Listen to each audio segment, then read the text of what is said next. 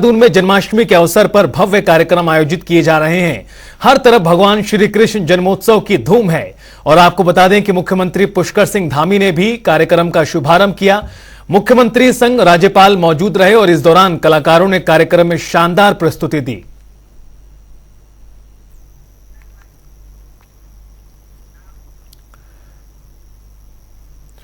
उत्तराखंड के मुख्यमंत्री पुष्कर सिंह धामी हरिपुर पहुंचे, जहां उन्होंने यमुना घाट और जमुना कृष्ण धाम के शिलान्यास कार्यक्रम में भाग लिया।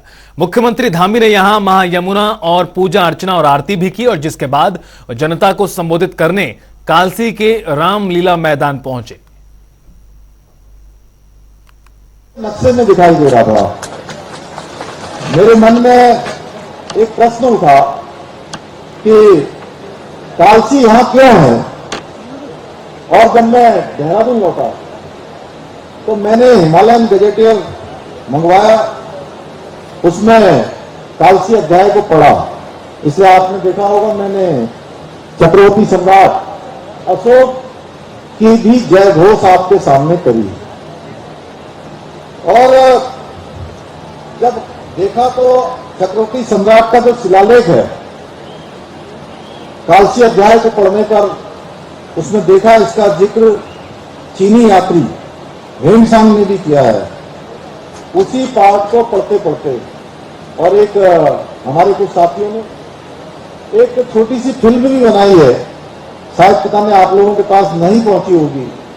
उस कालखंड में जैसे जब हरिपुर धाम बहुत जो इसका विराट स्वरूप था, किस प्रकार से काल पल्लव हुआ, किस प्रकार से उस समय आपदा की भेंट चढ़ा था, उसमें बहुत विस्तार से उसमें दिखाया गया है।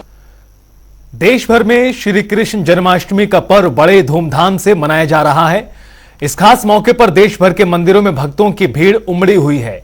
तो वहीं उत्तराखंड में भी श्री कृष्ण जन्माष्टमी उत्तराखंड में हर्ष और उल्लास के साथ मनाई जा रही है। भगवान श्री कृष्ण लीला के विशेष कार्यक्रम आयोजित किए जा रहे हैं।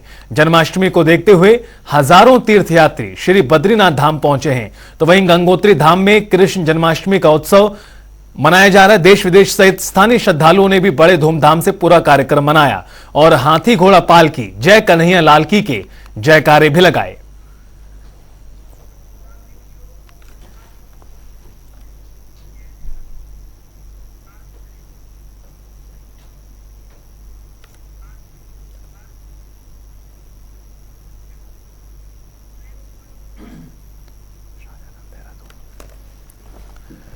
और हमारे सहयोगी यशराज आनंद हमारे साथ जुड़ गए ज्यादा बातचीत के लिए और किस तरह से जो तमाम श्रद्धालु हैं वो भगवान श्री कृष्ण का जन्मोत्सव मना रहे हैं वो बताने के लिए हमारे साथ विकास खरे हैं और यशराज आनंद हमारे दो सहयोगी हमारे साथ जुड़ गए। सबसे पहले आपके पास आते हुए यशराज, क्या कुछ अब माहौल दिखाई दे रहा है, क्योंकि सुबह के वक्त से ही तमाम मंदिरों में बड़ी संख्या में श्रद्धालु उमड़ रहे हैं और अब वो वक्त पास आ रहा है जब भगवान श्री कृष्ण का जन्म होगा, जन्मोत्सव होगा और समय चूंकि अब पूरा होता चला जा रहा है, ऐसे में क्या कुछ अब मंदिरों में रौनक दिखाई दे रही है?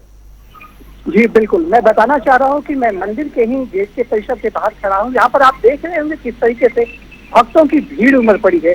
सभी श्रद्धालु यहाँ पर आए हैं, चाहे वो महिला हो, पुरुष हो, बच्चे हो, काफी आनंदित महसूस अपने आप को कर रहे हैं क्योंकि श्री कृष्ण जन्माष्टमी एक ऐसा पर्व होता है जिस दिन श्री कृष्ण जन्म लिए थे और श्री कृष्ण को लीला अवतार कहा जाता है। मतलब इन्होंने लीला के लिए ही इन्होंने जन्म लिया था। और सबसे बड़ी बात है कि श्री कृष्ण के बाल अवतार की विशेष महत्ता रखी जाती है क्योंकि श्री कृष्ण एक ऐसे भगवान की कैटेगरी में कहें भगवान थे जो बचपन से ही उन्होंने अपने लीला को करना शुरू कर दिया था।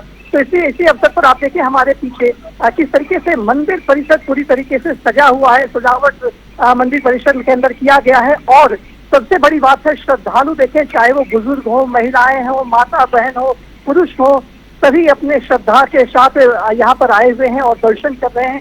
साथ ही साथ यहाँ कहा जाता है कि श्री कृष्ण जन्माष्टमी में जो मांगा जाता है उस दिन वो उनकी मुरादें पूरी होती है। और दूसरी सबसे बड़ी बात है कि श्री कृष्ण जन्माष्टमी 2 दिन मनाया गया, इस बार का 2 दिन का रहा क्योंकि भद्रा काल जो सबसे बड़ी चीज होती है वो भद्रा काल पड़ती है, तो उसमें यह श्री कृष्ण जन्माष्टमी मनाया जाता है। जी बिल्कुल यशराज, निश्चित तौर पर जो तैयारियां हैं और जिस तरह से भक्तों में उत्साह है वो भी बहुत गजब का दिखाई दे रहा है सुबह से ही।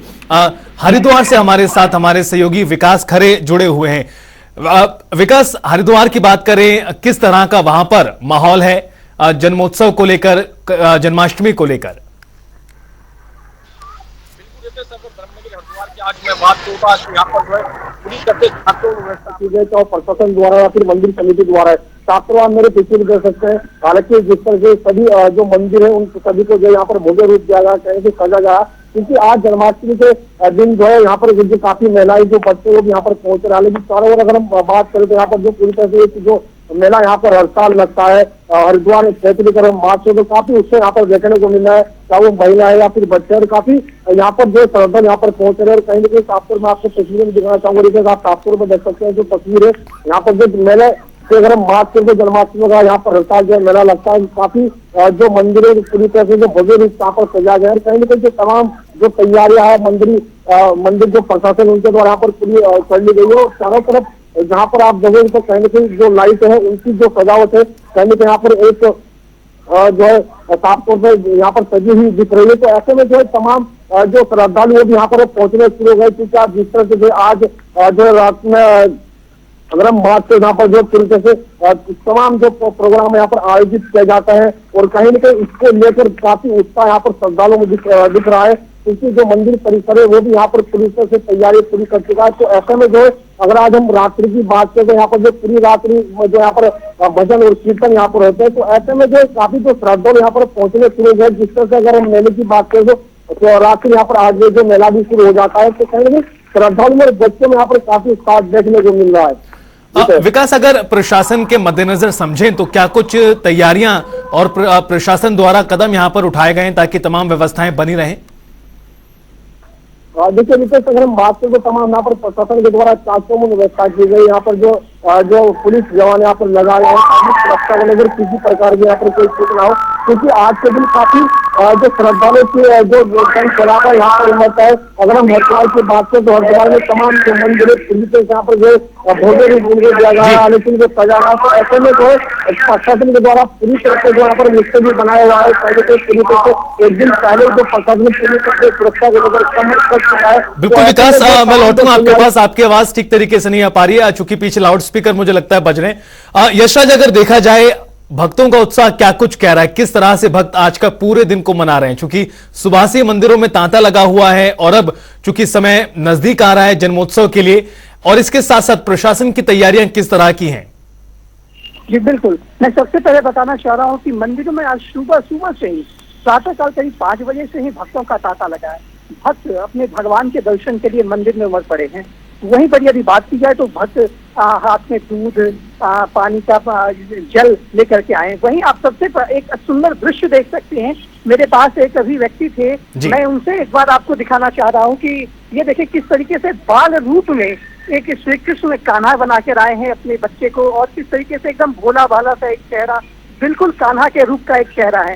तो ये श्री कृष्ण जन्माष्टमी में ये सबसे बड़ी बात होती है कि लोग परिवारजन अपने बच्चे को श्री कृष्ण के रूप में रंगना चाहते हैं, श्री कृष्ण के वेशभूषा में देखना चाहते हैं और उसे वैसा ही अभिभूत करके महसूस करते हैं। ये अपने आप में बहुत बड़ी बात है, क्योंकि मैंने पहले भी कहा था कि श्री कृष्ण जन्माष्टमी जो एक त्योहार है, ये एक ऐसा त्योहार है जो बच्चे काफी ज्यादा आनंद इसमें महसूस करते हैं। वहीं यदि बात की जाए प्रशासन की, तो प्रशासन की यदि बात की जाए तो प्रशासन भी पूरी तरीके से चुस्त दुरुस्त यहाँ पर है।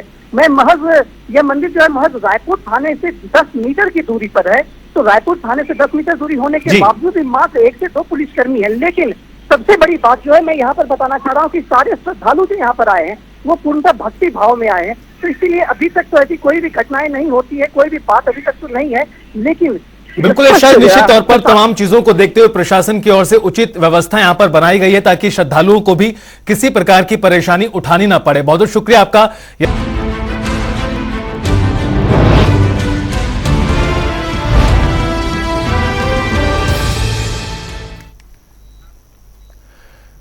ब्रेक के बाद स्वागत है। बुलेटिन में आगे बढ़ते हैं, जहां इंडिया बनाम भारत को लेकर घमासान छिड़ा हुआ है। भारत और इंडिया के बीच बहस और तर्क की राजनीति का सिलसिला लगातार जारी है। तो वहीं पूर्व विधायक और वरिष्ठ कांग्रेस नेता रंजीत रावत ने इंडिया बनाम भारत के नाम पर केंद्र सरकार के ऊपर सवाल खड़े करते हुए कहा, राजनीति में इतना बड़ा दोगलापन पहले कभी देखने को नहीं मिला। उन्होंने कहा कि जिस सरकार ने make in India, skill India और शाइनिंग इंडिया जैसे नाम दिए, आज वही सरकार इंडिया नाम को बदलने की बात कर रही है। इतना दोगलापन राजनीति में आज तक देखने को नहीं मिला। जिस सरकार ने नारा दिया make in India, skill India, shining India और पता नहीं क्या क्या, आज वो कहते हैं कि इंडिया शब्द को बदला। मुख्यमंत्री पुष्कर सिंह धामी ने ग्लोबल इन्वेस्टर्स समिट के लिए बनाई गई परियोजनाओं की समीक्षा बैठक की और मीटिंग में मुख्यमंत्री ने अधिकारियों को निर्देश दिए हैं कि विभागों में बनी पॉलिसी को बेहतर बनाने के लिए जो सुझाव आए हैं उसको शामिल किया जाए, जिसके तहत अगर पॉलिसी में संशोधन किया जाना है तो इसका प्रस्ताव तैयार किया जाए। आपको बता दें कि उत्तराखंड में निवेश को बढ़ाने के लिए दिसंबर महीने में ग्लोबल इन्वेस्टर्स समिट होना है, जिसकी तैयारियां लगातार चल रही हैं। उधर खबर देहरादून से है, जहां मुख्यमंत्री पुष्कर सिंह धामी ने औद्योगिक विकास योजना 2017 के अंतर्गत हिमाचल प्रदेश और उत्तराखंड के लिए 1164 करोड़ रुपए अतिरिक्त आवंटन को स्वीकृति प्रदान करने के लिए प्रधानमंत्री का आभार व्यक्त किया। भाजपा प्रदेश प्रवक्ता वीरेंद्र बिष्ट ने कहा कि प्रधानमंत्री मोदी का हमेशा उत्तराखंड के विकास कार्यों को बढ़ाने का पूरा योगदान रहता है। उन्होंने कहा कि उत्तराखंड राज्य और हिमाचल राज्य को केंद्र की ओर से 1164 करोड़ रुपए की धनराशि औद्योगिक पैकेज के लिए आवंटित की गई है, जो कि उत्तराखंड के लिए गर्व की बात है। देखिए, भारत के यशस्वी प्रधानमंत्री नरेंद्र भाई मोदी जी की विशेष कृपा उत्तराखंड राज्य पर रही है। वो हमेशा उत्तराखंड राज्य को तवज्जो देते हैं और यहाँ के विकास कार्यों को बढ़ाने में अपना पूरा योगदान उनका रहता है।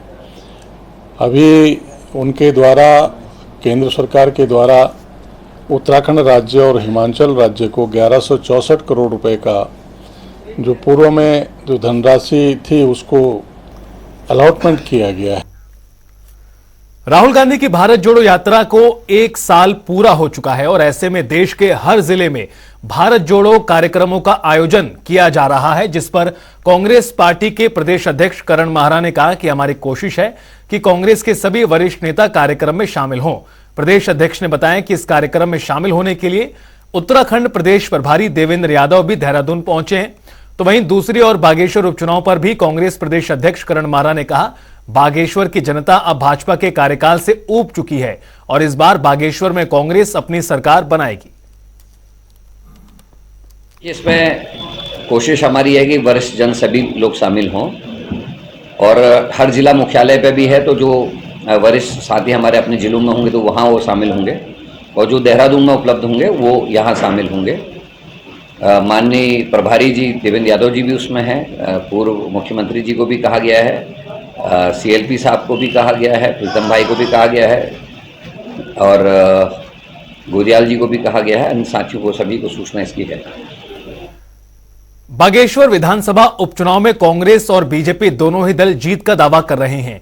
चुनाव के वोट की मतगणना 8 सितंबर को यानी कल होगी और यह तय होगा कि जनता ने किस पार्टी पर अपना जनता भरोसा जो है वो जताया है। ऐसे में उत्तराखंड कैबिनेट मंत्री और बागेश्वर विधानसभा के लिए बीजेपी के प्रभारी सौरभ बहुगुणा ने दावा किया है कि जनता का रुझान बीजेपी की तरफ है और क्षेत्र में पूर्ण बहुमत के साथ भाजपा की जीत होगी।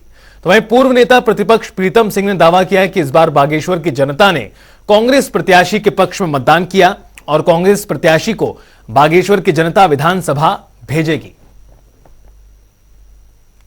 बागेश्वर उपचुनाव को कांग्रेस ने पूरी मजबूती के साथ लड़ने का काम किया है और मुझे पूरा विश्वास है, भरोसा है कि बागेश्वर की जनता ने इस बार जो एक ऐसा जनप्रतिनिधि सदन के अंदर भेजने का मन बना लिया है जो बागेश्वर की जो समस्याएं हैं उनको सदन में उजागर कर सके। हम चुनाव जीतेंगे।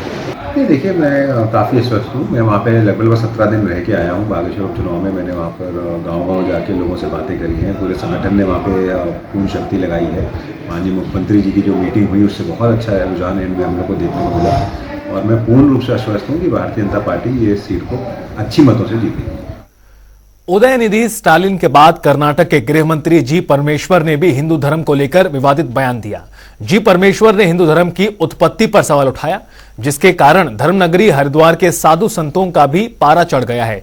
संतों का कहना है कि हिंदुओं और सनातनों को गाली देकर चर्चा में आने का नया ट्रेंड बन गया है। इस तरह की बयानबाजी करने वालों को भारत की संस्कृति और सभ्यता का बिल्कुल भी ज्ञान नहीं है। वो क्या पता उत्पत्ति क्या है, जब उसने अध्ययन ही नहीं किया, उसने स्वाध्याय ही नहीं किया, उसको क्या मालूम होगा। ये जितने भी लोग हैं ये सब इनको पॉपुलर होना है सोशल मीडिया में क्योंकि आपने देखा होगा आज तक हम भी जो है करुणानिधि जी का जो बेटा है पोता उसको नहीं जानते थे। जब ये बयान आ गया पूरे हिंदुस्तान में उसका नाम हो गया, क्योंकि अब एक नया ट्रेंड बन गया है, हिंदुओं को गाली दो, सनातन को गाली दो, उनका नाम हो जाता है। इसलिए मैं समझता इनका जो है जितना भी हो सके इनके खिलाफ जो है FIR हो। भारत जोड़ो यात्रा को 1 साल पूरा हो रहा है। ऐसे में युवा कांग्रेस के प्रदेश प्रभारी शिविर चौहान ने प्रेस वार्ता की, जिसमें उन्होंने बताया कि आने वाले कार्यक्रमों के बारे में रूपरेखा तैयार की गई है। साथ ही उन्होंने कहा कि हर जिले में कांग्रेस के साथ साथ युवा कांग्रेस भी पदयात्रा निकालेगी। हमने बताया कि इसमें भारत जोड़ो पदयात्रा प्रत्येक जिले में सीनियर कांग्रेस के साथ मिलकर युवा कांग्रेस निकालेगी और साथ में ही खेल प्रतियोगिताएं, सांस्कृतिक कार्यक्रम, मोहब्बत की दुकान और कई तरह के क्विज कॉम्पिटिशन और फोटो प्रदर्शनी और कई तरह के कल्चर प्रोग्राम कर इसका जो संदेश जन देगा।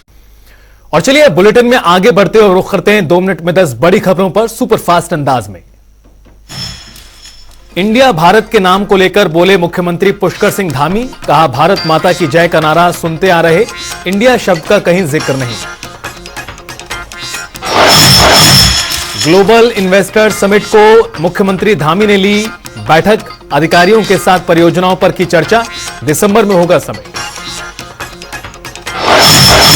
भारत जोड़ो यात्रा का 1 साल पूरा होने पर युवा कांग्रेस की प्रेस कॉन्फ्रेंस, पीसी के दौरान तैयारी को लेकर दी गई जानकारी। कोटद्वार के कृषि एवं भूमि संरक्षण अधिकारी सस्पेंड, कृषि निवेशों के वितरण में लापरवाही बरतने का आरोप, मंत्री गणेश जोशी ने कहा सरकारी कार्यों में लापरवाही नहीं होगी बर्दाश्त। उत्तराखंड विधानसभा का मानसून सत्र, सदन की कार्यवाही हुई स्थगित, 8 सितंबर तक हुई स्थगित। भारत जोड़ो यात्रा को 1 साल पूरा, कांग्रेस पार्टी ने हर जिले में भारत जोड़ो यात्रा निकालने का किया ऐलान। कांग्रेस पार्टी को लेकर भारतीय जनता पार्टी हमलावर। देश का नाम बदलकर इंडिया रखने पर विवाद जारी, साधु संतों ने देश का नाम भारत किए जाने का समर्थन किया, का इंडिया नाम गुलामी का प्रतीक। वन्यजीव अंगों की अवैध तस्करी की रोकथाम को लेकर पुलिस की कामयाबी, 3 शातिर वन्यजीव तस्करों को बाजपुर से किया गिरफ्तार। नैनीताल डीएम वंदना सिंह ने लालकुआं विधानसभा के विभिन्न इलाकों का किया निरीक्षण, लोगों की सुनी समस्याएं, अधिकारियों को दिए दिशा निर्देश। विकासनगर में धड़ल्ले से हो रही अवैध शराब की बिक्री, सूचना पाकर पहुंचे आबकारी विभाग के अधिकारी, उप निरीक्षक के साथ 15 से 20 लोगों ने की मारपीट।